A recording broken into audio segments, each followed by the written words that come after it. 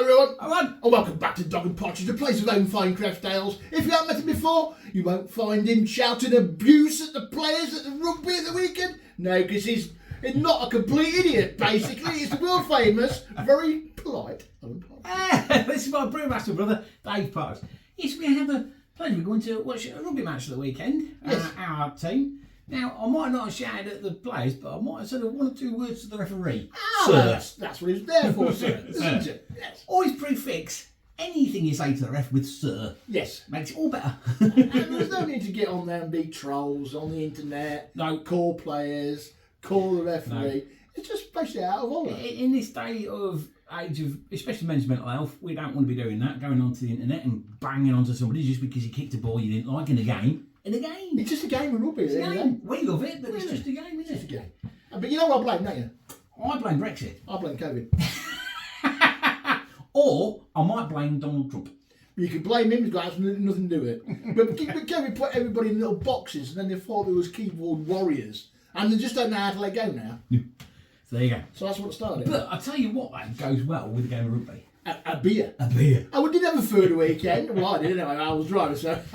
It was a delayed birthday present for my brother, so I took him to Leicester Town because it was a good day. Yeah, in fact, I watched a pub called the Robert Peel, if you're in there. Oh, yes, it was rammed, weren't Oh, it? lovely. Yeah. Anyway, So what are we doing today then, Brad? a range of beers from a range of suppliers across the home brewing community. Lovely jubbly. Right, should we get straight on? We could go straight on, we could go straight in, I think, with an extract kit from their own brew shop. This is from, it says here, this is the homebrew shop. In the home brew shop. You'll only find these at the home brew shop, I think. This is Morgan's Stockman's Draft Beer Kit. Yes. Now, Morgan's, are these that they're Australian company? Yes, that's right. Well, we've had one or two of theirs. I ordered a Yes. batch of them from there. So this looks like it's a extract kit, like I would have just said. It's £15.60, excluding that. Just noticed that. Morgan's Stockman Draft Beer Kit, genuine from the tap pub style beer. Yeah.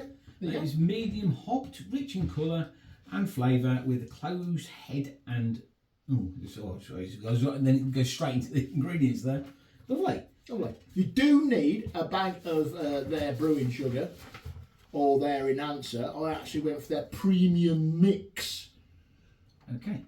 Is that the enhancer sort of like? Yeah, the mix for it? yeah. And How much was that? Do you know off the top of your head? I can't remember off the top of my head. Because obviously there that'll add to your cost, won't it? yeah, be about £6, I think. Right then. Traditional beer. Traditional beer.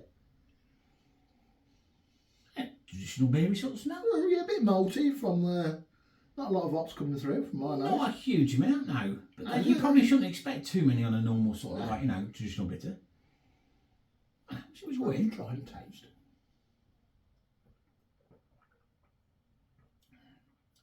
Oh, that goes down well.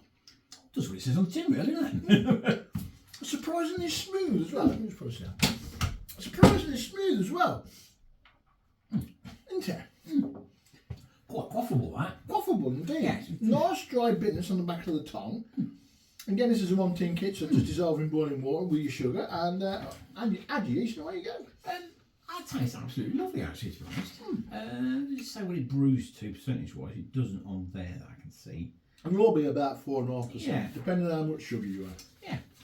That's nice, that. Nice. That's, and I can't mark anything against it, so I'm going to go for a 10 out of 10. I think we'll have for 10 out of 10, you know. For an extract kit, that's excellent. For a 1 tin extract kit, that's nearly as good as Dark Rocks. Nice game there, isn't it? That's Yeah. fantastic. Lovely. Might have some more then. Lovely. Right then, where are we next then, bro? Well, we're going now to full grain. I think we ought to do the dry stout next. Which is that one up From there. Malt Miller. Oh. True to style dry There's stout. a lot of paperwork over here to look at. So this is the Malt Miller. Yes. True to style, number 20. Yes. Dry stout, all grain kit. Yes. True to style. Now, if those eager beavers of you out there remember the last video we did, Yes. my brother did something to this. Yes. What did you do to it, bro? Put some orange extract in it. Right, yeah. Any reason for putting the orange extract in it? Well, one of my favourite beers is that from their Ossett brewery. They do a beer called Voodoo. Yes. And Voodoo is a chocolate orange. Stout. But this is only a dry stout with Yes. some orange in it. Yes. It's not chocolatey. What, in stout in chocolatey? Well, there you go. All grain kits designed with one thing in mind, making great tasting beer. They are £23. Yeah, so they're quite frugal on their range of those true to style kits. Yeah. Quite well priced actually into the market at full grain. Again, we're going to work out what, 56p a pint. Yeah, they've got a bit of a price cap. It says here. This kit sees yeast switch to bring it into our true to style range, which all come in under £25. So there you go. This beer is wonderful bottle condition, but also served through a keg. Yes. Ideally coupled with a stout spout on your tap to enhance the amazing creamy head. I didn't put it through the stout tap this time. I'll put it on tampon. Right then. Cheers. Cheers. Right then. Oh, sorry, bro. I left him hanging there, didn't I? That's rude. I do apologise. Right then. Oh, that's lovely and chocolatey, like I thought it would be. It's not a lot of orange. Mind you, tangerine, I think you said, didn't you? No, orange. No, orange. Orange, actually. I'm getting mixed up with the next beer, I think. Well, it's got a nice smell about it. It's nice roasted, nice malt, like a stout should be. Just like a dry stout should be. Should remind you a little bit of Guinness. Let's go. Yeah.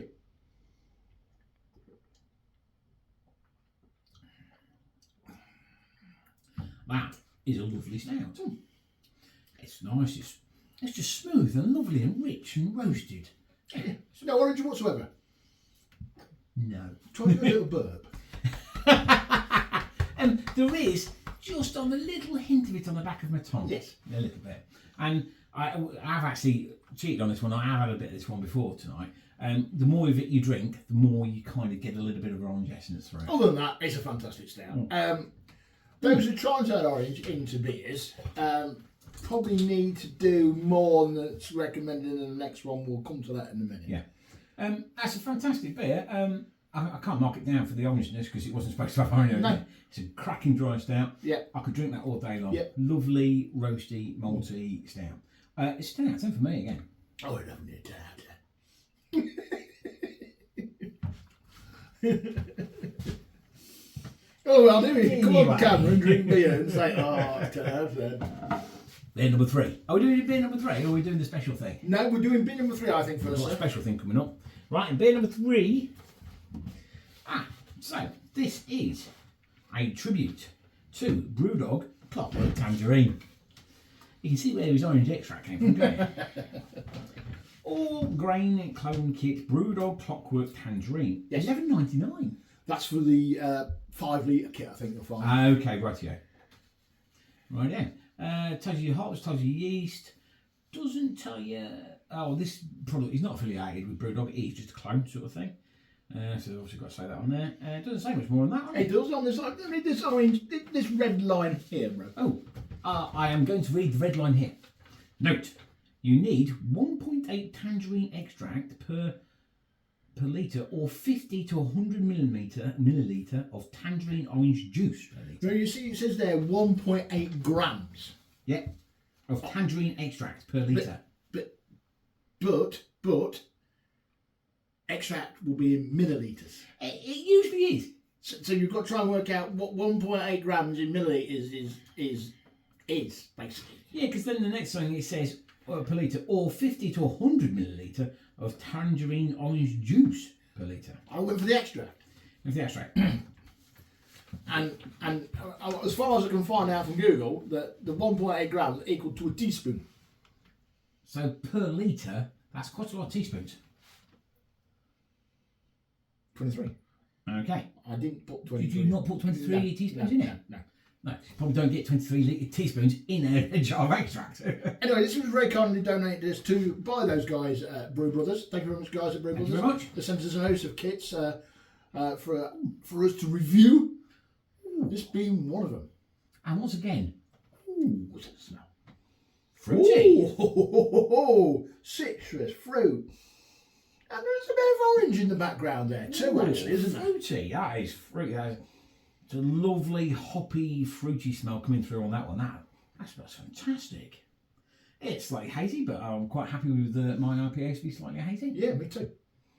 Right, I'm going in. That smells fantastic. Can't wait.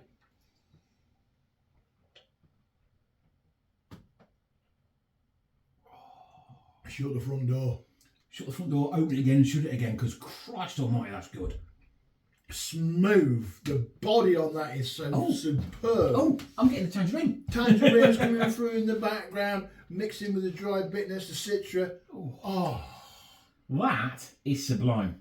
I can't say I've had clockwork tangerine in cans from Brewdog, but If it tastes anything like this, it's fantastic. obviously mine's going to be better because mine's smooth, and Brewdog do like their beers fizzy. Yes, so we're doing it smooth, and we've served it through the Guinness Town Yeah. as well, haven't we? Yeah.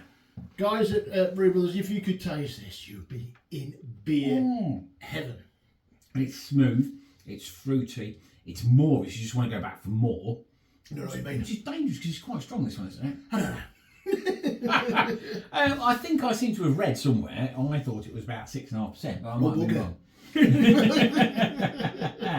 I might be wrong, because I've been flicking through sheets and that, but that is fantastic. It's a 10 out of 10. If I could give it 11, I would. That's brilliant. That is definitely a 10 out of 10. That- I know we've given those other two beers 10 out of 10, Yeah. but that knocks spots off. It knocks spots off them. That's going on the list. That's definitely a 10.5, top of one of the lists. That is there. Yes, we're already thinking about the year-end awards.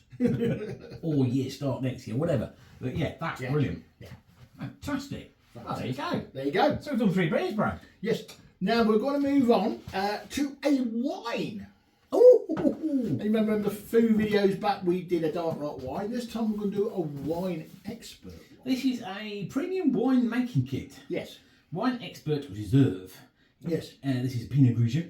Yes.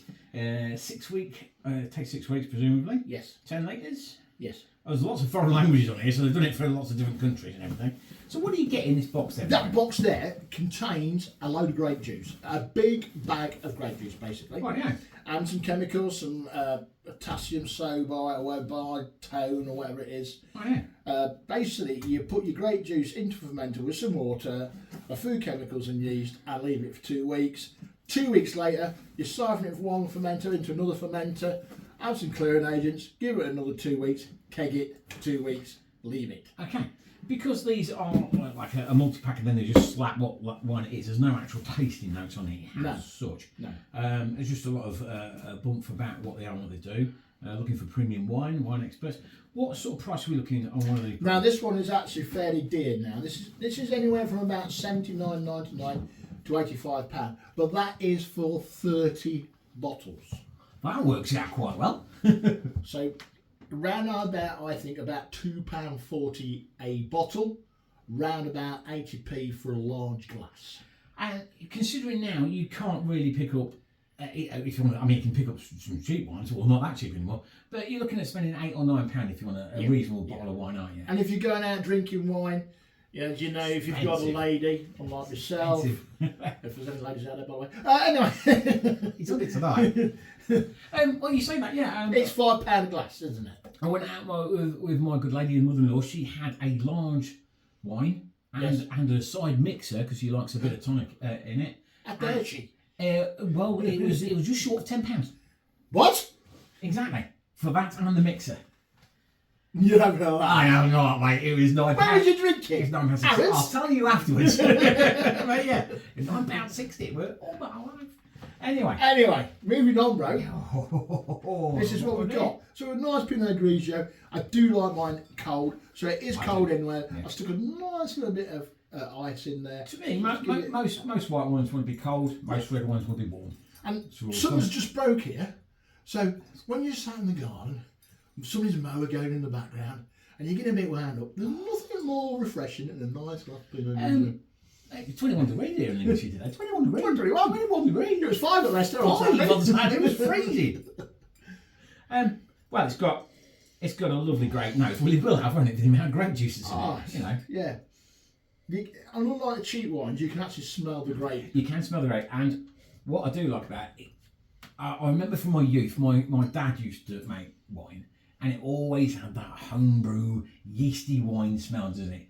That doesn't.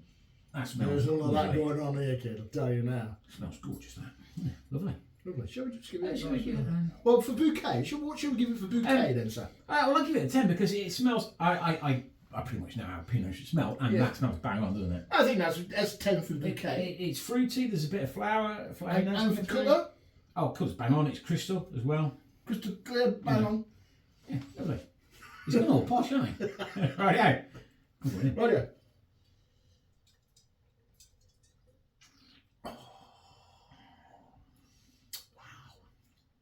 That is dry, crisp, refreshing, and yeah, basically just everything you want in a nice glass of Pinot Grigio in the summer for me. That's lovely. It's refreshing.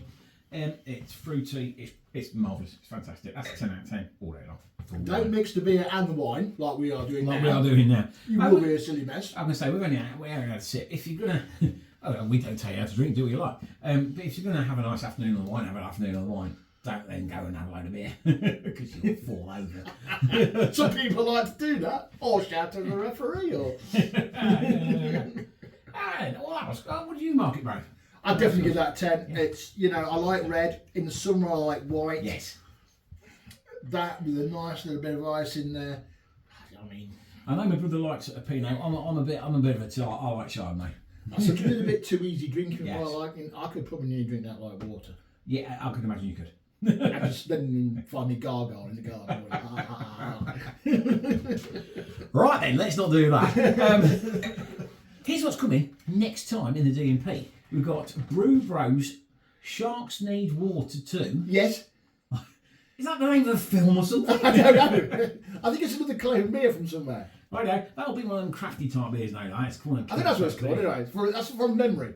So it could be called something else. That's just a film we was watching the other night. Brew Brothers Hop Skip Juice. Now, I've had a hop skip juice before, and I like it. It's King Mummy Spy? It's Vocation, isn't it? It is in Vocation, yeah, sir. Yeah. Yes. I like that, so I'm looking forward to that one. Malt Miller Living West Coast IPA. Living West Coast? Living. It's called Living, right? And it's a West Coast IPA. It's Living, the title brand. Yes, it's the International Women's Day brew that got Malt Miller and all the women brewers got together and came up with it and called it Living, and it's a West Coast IPA. Look forward to that one as well. Yes. Is that it, bro? That's a lot of testing beer this week, wasn't it? Oh, it's hard work. I hope you really, appreciate what we put ourselves through to bring you these great reviews. If you are watching this great review on any other platform besides YouTube, head on over to YouTube, hit that subscribe button, comment away. Thank you for all your lovely comments as well. Yes, thank you very much indeed. Any comments appreciated. I do try and reply to more if I get a chance. Sometimes I'll go, I'll do that tomorrow and forget. I tend to try and read them all and like them all, so we go through them, don't we? Yeah. So yeah, lovely. Okay then, until next time, it's a goodbye from him. It's a goodbye from him. I got a beer! Huzzah! Huzzah! And may you continue to get better. Huzzah to the king!